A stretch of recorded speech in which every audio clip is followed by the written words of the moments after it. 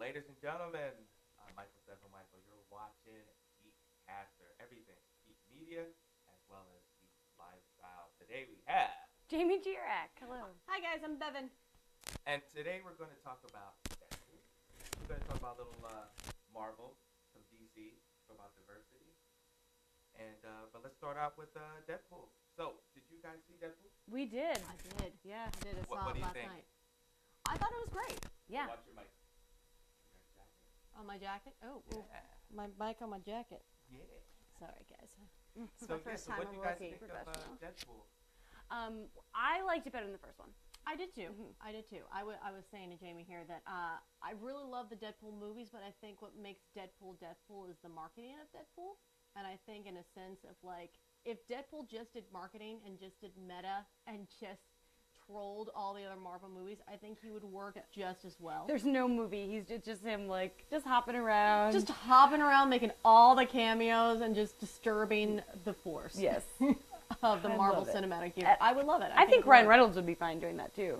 I mean, he looks like in a sense he almost enjoys the marketing as much, if not more, than the actual film itself. I saw a picture of him in the Deadpool suit, and I think he was sitting in the editing room.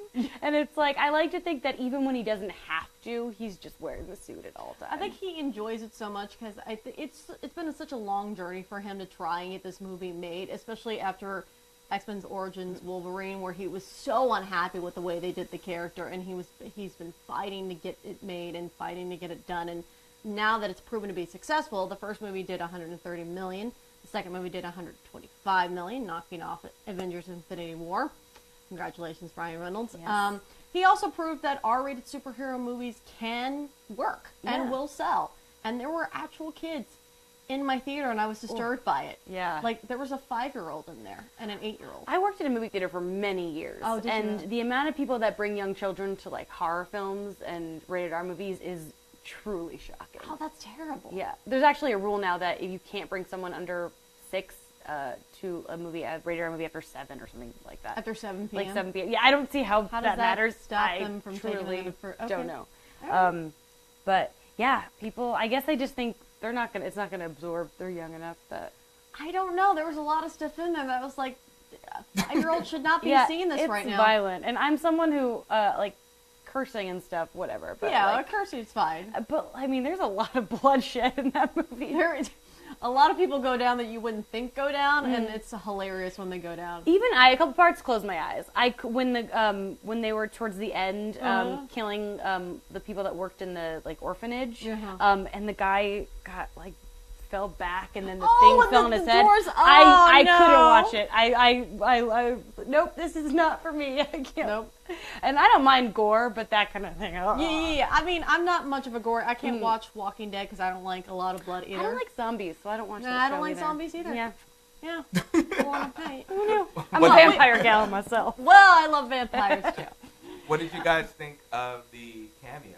There was a lot of Oh, random famous people Yeah, that so- we would never think would be in Yeah. a film like this. very interesting. When Cable first comes in, and there's two like redneck guys talking. Uh-huh. That's Matt Damon and Alan Tudyk. Which I did it's not crazy. know at all. I noticed Alan, but I did not catch that it was Matt. And what we realized after, as you can see on Yeah. IMDb, that he's credited as Dickie Greenleaf, which is a so funny. talented Mr. Ripley joke, because that's the character that he's trying to become in that Right. movie. So hilarious. And then, of course, we got a Brad Pitt cameo. We got a Brad Pitt cameo. Oh man, I really loved Peter. Peter was great too. Rob Delaney really is Rob great. Delaney, and they make a joke about him being like, "Did you let yourself go?" Bill Skarsgård was in there too. Him I didn't notice until I Really? think it was like the hair. I don't know. He's somebody that of the Skarsgård men.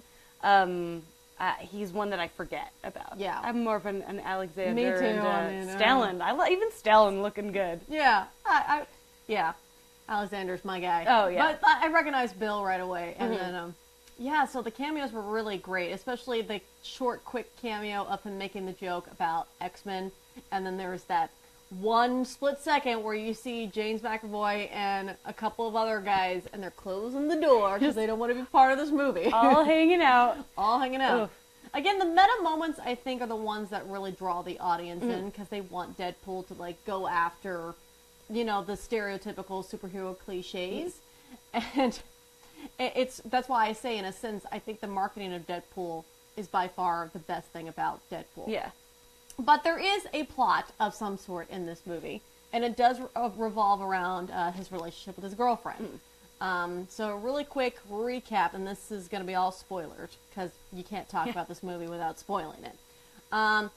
Deadpool is doing Deadpool stuff. He's getting hired to kill off bad people. We hope they're bad people. Slicing off limbs. Left and right. Goes home, talks to his girlfriend on an anniversary. She's ready to have a baby. He's ready to have a baby. They're deciding whether to name it Todd or Cher, because those are our options. Very similar names. Yeah.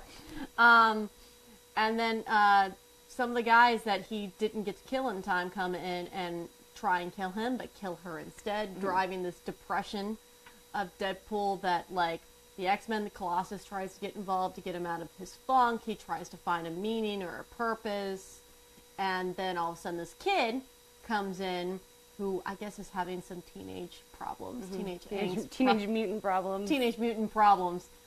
He was great. I thought he was great. Yeah. I liked his joke about superheroes can't be. Have you ever seen a plus size superhero? Yeah, that was good. Discrimination. I loved it. It was great. And so they kind of start bonding. And then Cable shows up because apparently this kid is going to turn into a bad guy that kills Cable's family. And we have to always avenge the family. Yeah, I was really impressed with Cable, because I don't really know the character at all. Oh, really? And so I didn't expect him to be end up being a good guy. And so if you read the comic, you do know that in a sense that he is. Yeah, and I haven't read any Deadpool. So a little background story on Cable. Cable is the son of Scott Summers and Madeline Pryor, which is the Jean Grey clone. When Jean Grey did her Phoenix thing back in the 70s? Don't quote me on that, guys. I don't have the phone in front of me to verify. But the Dark Phoenix saga was a very popular X-Men saga that everyone mostly knows about, even if you don't read comics. You've heard of the and Dark the movie's Phoenix. going to happen. The movie's about to happen, which I don't know what's going to happen with that. But anyways, Yeah, keep pushing it after back. she, I guess, spoiler alert, sacrifices herself-ish, kind of, because she doesn't really turn out to be dead later on. They never are. She's actually cloned, and it's Madeline Pryor. And so Scott Summers, in his depression of not having Jean Grey, sees his clone. He's like, all right, close enough. I'll mate with her. And they mate, and it's Nathan Summers, I believe is his name. And he turns into Cable later on. It's a really confusing timeline where, like, he's jumped into the future. I think it's Apocalypse or Sinister that does some experiments on him, which is why he has the metal arm. And then later on, he's taken care of by the elderly Rachel Summers, who is the daughter of Jean Grey and Scott Summers in the future. X-Men love to really fuck up timelines. Yeah, man. oh yeah. They love to give you a headache of, like, what timeline am I in right now? What canon is this? I can't with you sometimes. But basically speaking, Cable, son of Scott Summers and Madeline Pryor. I gotta say too, Josh Brolin looking good. Yeah, Just a little addition. I mean, He looks great. he's in his 60s. And Yeah, I was really impressed. so he was saying that it's actually very, very hard for him to build muscle like that when you're getting up there. I mean, it's hard in general. It's let hard alone in being that general, age. never mind on a 60-year-old. But he's just like, nah, I went to the gym for that fucker named Ryan Reynolds. And they have a really cute bromance as well. Oh yeah, absolutely. Their chemistry's great. I do want to backtrack a little bit, Sure. And talk about Vanessa's death in Yes. the movie, because I know a lot of people on the interwebs. On the What? Did I curse? Try not- Did I say the F word? Sorry. I think she said friggin'. Okay. I don't think you said. It's possible. I do curse sometimes. Oh, I mean, But anyway. I do too. I curse on my podcast. So a lot of people aren't happy with the fridging that happened, which is basically when a female character dies solely to motivate the male character. Right. And as I was saying to you earlier, I think that it didn't bother me so much because, one, she comes back, and you kind of knew she would. And there were other cool female characters in it, but I do understand why people aren't happy with that. Yeah, and like I said, I get it, but at the same time, it's like, it was the only motivational factor, and I guess that's why people are upset. I didn't mind it because I thought in a sense, it's that kind of, you're going into a Deadpool movie not really expecting grand cinematic history in terms of like storytelling and archetype. You're going into Deadpool, and Deadpool's going to attack really everyone. Yeah. Deadpool's almost like Mel Brooks in a way, where nobody is safe. Yeah. If you're in a Deadpool movie, he is going to make a commentary about everything, and he even makes a couple of like feminist jokes in the movie as well. Do we go offline again? Are we? Nope, we're still Oh, okay. Oh, okay, great. Yeah. So I mean, yeah, I get it. It didn't bother me. Okay. And, but I thought Domino was so good. She was Yeah, so Domino cool. was funny. So badass. So at least we got some cool ladies. So big news, big exciting news. We finally got some canon gays, which is super exciting. We haven't talked about this yet, right? No. There There wasn't a lot of them, though. No, I really wish they would have been in it more. And they didn't even get to do really much action stuff. At the very end, a little bit. But I also was worried that they were gonna, because like Deadpool's like a guy movie, that they were gonna like have them making out a bunch, and no, that they would have didn't do really anything. ruined it. And I'm glad that they didn't. There was no physical contact between them. I mean, I personally would have enjoyed that, but I'm glad they didn't do it because straight dudes don't need to gawk at women making Yeah, out. I mean, and I think they knew not to do that. Yeah. I think they just It was the right wanted to call. put it there to be like, hey, this is it, and that's it. And he makes one joke about it, like, yeah, okay, slow down, I'm fine with it, whatever you want to Yeah. do. Make a song in Teenage Warhead, longest name ever. He's like, I'm just surprised anyone would date you. Yeah, and like I thought, like their relationship is great. I would have liked more Negasonic Teenage Warhead and Deadpool interactions because that was one of They the have things. a great rapport. But yeah, like I actually interviewed her and she was so nice. Oh, yeah? She's actually from Texas, the actress that Oh, plays yeah? Negasonic Teenage Warhead, and she's she's How old is she? She's like 22. Okay. Yeah, so Yeah. she's young-ish. You know, she looks like she can The still age play you casted for a teenager. teenager. Yeah. And no, I would have liked to have seen more of just her interaction with him, and she didn't get to do a lot of superpower No, stuff. there was in the earlier scene with the kid. She was just standing there. Yeah. And then in the end, they fly in, but they really don't get much Yeah. fighting in. No, they really don't. I mean, and They're her cute, outfit's though. a lot badass, a lot more badass Yeah. in this movie. I really like her hair. I like everything hair was about them. great. They're just cool.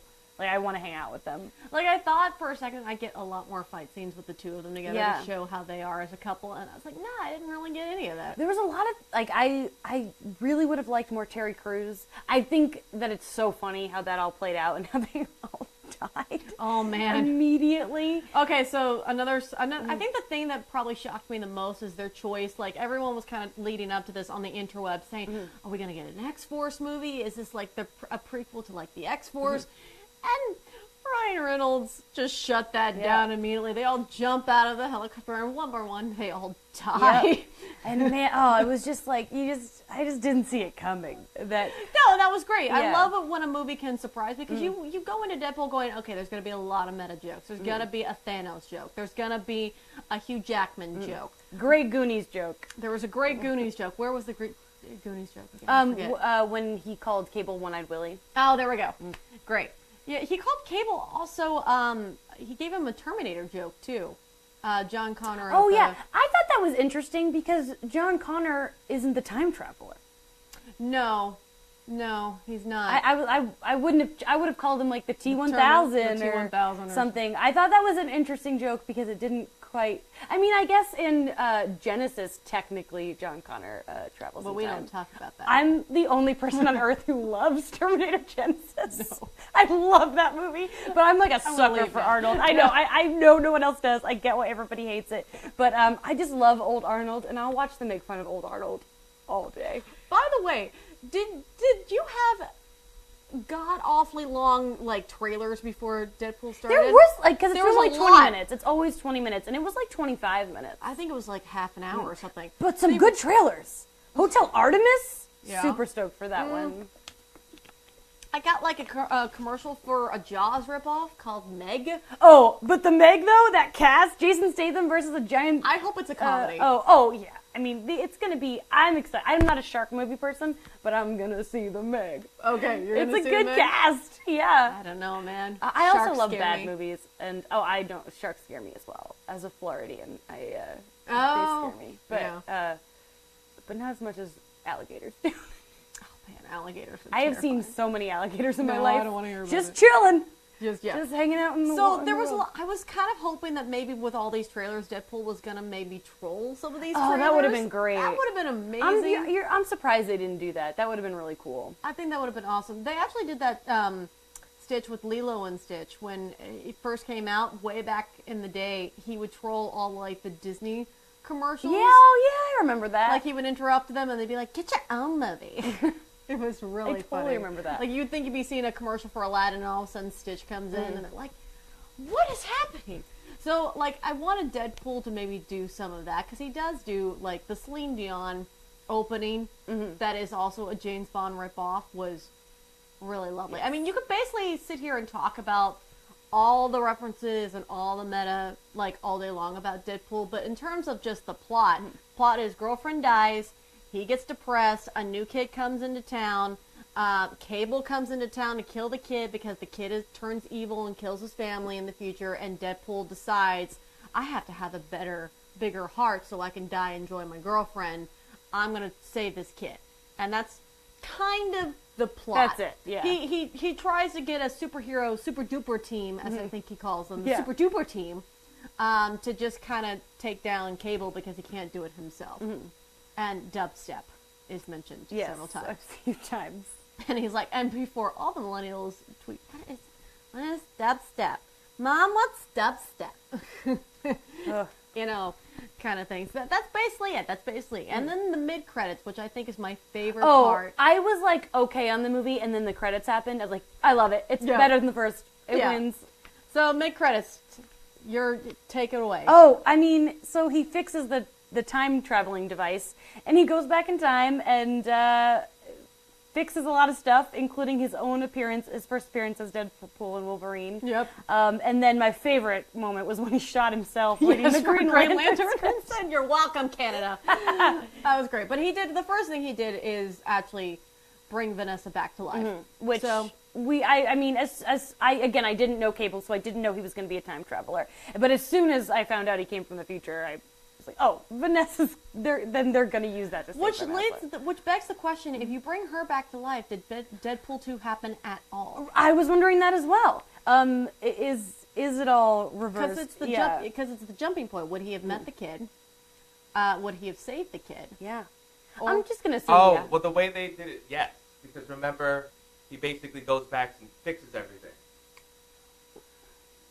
Right? Right. No. Oh, but- what you're saying is, No, I no. understand what you're saying. You're saying, well, if he didn't go through all this emotion, all those things wouldn't have lined up. Yeah, he wouldn't have met the kid Wow. because he wouldn't have joined the X-Men and training. Yeah, the whole thing Gotcha. that happened is Colossus introduced that there was a kid wreaking havoc, and that Deadpool should come and intervene with him and try and be an X-Men in training, that they keep saying Right. as a running joke, running gag. So, like, if he saves his girlfriend, would would Colossus have even bothered to bring in this kid, or would the kid have just been taken in by the X-Men, and then there would have been no reason for Cable to even come back Yeah. into the past to kill the kid to save his family? Like, there's all that questions now. that I'm Time like, travel is such a Tricky thing. That would be a great segue to talk about the this season of Agents of Shield. Go for it. Go for it. So Go for it. I'm really going to go for it. Okay, go for it. So it just ended, and I thought the ending was perfect because they doubled it as it could have been a series finale because they didn't Okay. know if they were going to get picked up. Which did they? They right? did. Yeah, but it's not coming back until next summer because they've decided to skip the Infinity War stuff altogether. They mentioned Thanos. The Thanos stuff is happening at the same time, but nobody dusted. So we can assume that like as soon as the episode ended, everybody Everyone dusted. dusted. It's like, who's coming back? Well, Exactly. we'll find out in the next season, a year from now. Just like Game of Thrones. Yes. Oh God, just come back already. We have one more year left. Yeah, I and know. I'm already mourning. Only 6 episodes too. But a big plot of this season of Agents of Shield was time they go into the future, and then when they come back, they're trying to break a time loop so that the future doesn't happen that way. And it got complicated. And in the finale, they killed off my favorite character. I'm so sorry. Thank you. But then you forget that another version of him is frozen in space. So it's like, oh, he's not really dead because there's a second version of him, and it gets very complicated. Time stuff is hard to write. Because there's always going to be questions and loopholes, like with the Deadpool thing. It's never going to be 100%.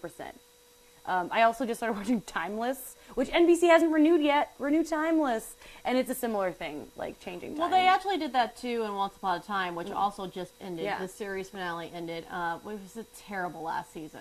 Oh, I've heard it's been bad for a while. It but actually, I have it not actually watched did. it. I'm one of those people that, like, when I started it and you get 3 seasons in, you're just finishing it for the sake of finishing it at that point. But like, I've invested enough time in it. I'm just gonna know.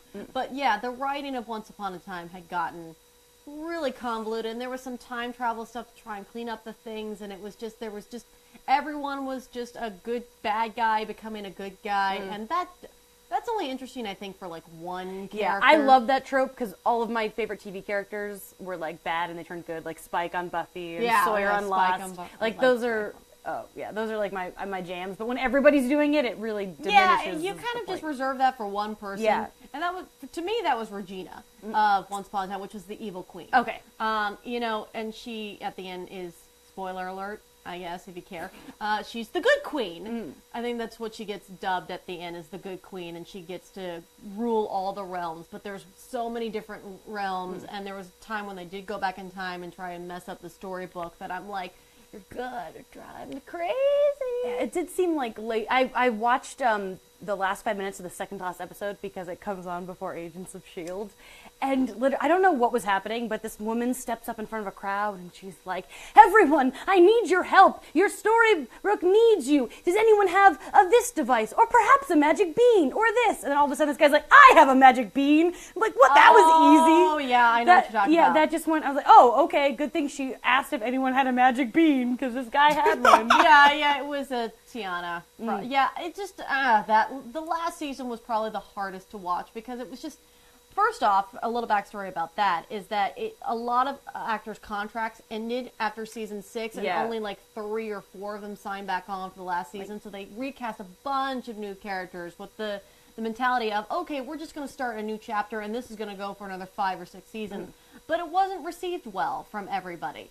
Yeah. Like, I mean, it never is when you're that far in and everybody leaves. Yeah, for the most part, everyone left except for Hook, Rumpelstiltskin, and Regina. And it was like, yeah, I mean, that's the show I want to watch. Yeah, I mean, it was just one of those things, like, I actually loved Rumpelstiltskin, but, like, if you don't have the goody two-shoe guys bouncing off the sarcastic, quirky bad guys, then it feels off. The balance is not set, kind of thing. So it wasn't executed well at all, and so they just pulled the plug. So they were just like, hurry up and let's finish this, and the series finale was just as lazy as the True Blood series finale, where I'm like... I love the True Blood books so much that I couldn't get into the show. They changed it too much. They started changing a lot. I think the 4th book, they started changing a lot of True Blood. Yeah, even, I just, like, it was too frustrating to watch, so I couldn't keep going, because I really like those books. Because, again, I love vampires. Yeah, no, the books were good. Except the book ending also was bad, in my opinion.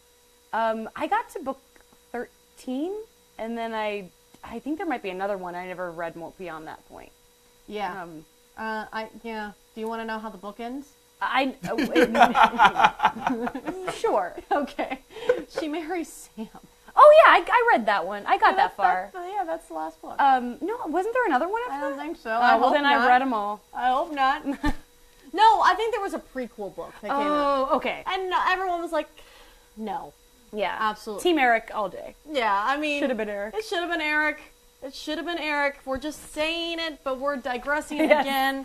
Back to CW. So, Agents of S.H.I.E.L.D. Yes. What else got renewed on the CW side? Agents of S.H.I.E.L.D. again is ABC. ABC, yes. And I only make a point of saying that because it's like... It's the only Marvel show on ABC, and every single year it's the issue of, is it going to get renewed? And it's stressful for us every year. I thought for sure it wasn't going to happen this year. But it is. But now I'm one of the few, like, I loved the ending so much. I thought it was perfect that I'm like, maybe it should have been canceled. But most of the fans don't agree. They want happily ever after, which I don't get. I don't watch these shows for like to watch everybody be happy all the time. I'd watch a rom-com. I think it depends on how it's done. I think Dawson's Creek did a really great series. Yeah. There was some somebody's heartache. Gotta die, Yeah, there was some heartache, and then there was like somebody coming into his own, which was Dawson, because at that point, everyone was on Team Joey and Pacey. Yeah, I mean, Dawson sucked. Yeah, to Dawson, just that ugly crying meme just haunts me to this day. Oh. And then, Joey and Pacey just ended up together, which was great. It wasn't like over dramatic and like them getting married or anything. It was them sitting on a couch watching Dawson's show and being supportive for their friends. Yeah. So I thought that was a really great cleanup of a series finale. And my thing is, especially with Agents, is that this is a Whedon family venture. It And is. if you guys don't know the Whedons, this was the nicest ending any Whedon could have given us. Because Joss Whedon is ruthless. At least Jed gave us a little bit of hope this time. Yeah, but it sure. doesn't really matter because it's coming back. It wasn't really the end. Yeah. But yeah, it's like it could have been worse. Could have been Sopranos ending, we're just saying. We're just gonna cut the show off. We're just gonna go to black and piss off half the world. Oh, yeah. You know, with that one.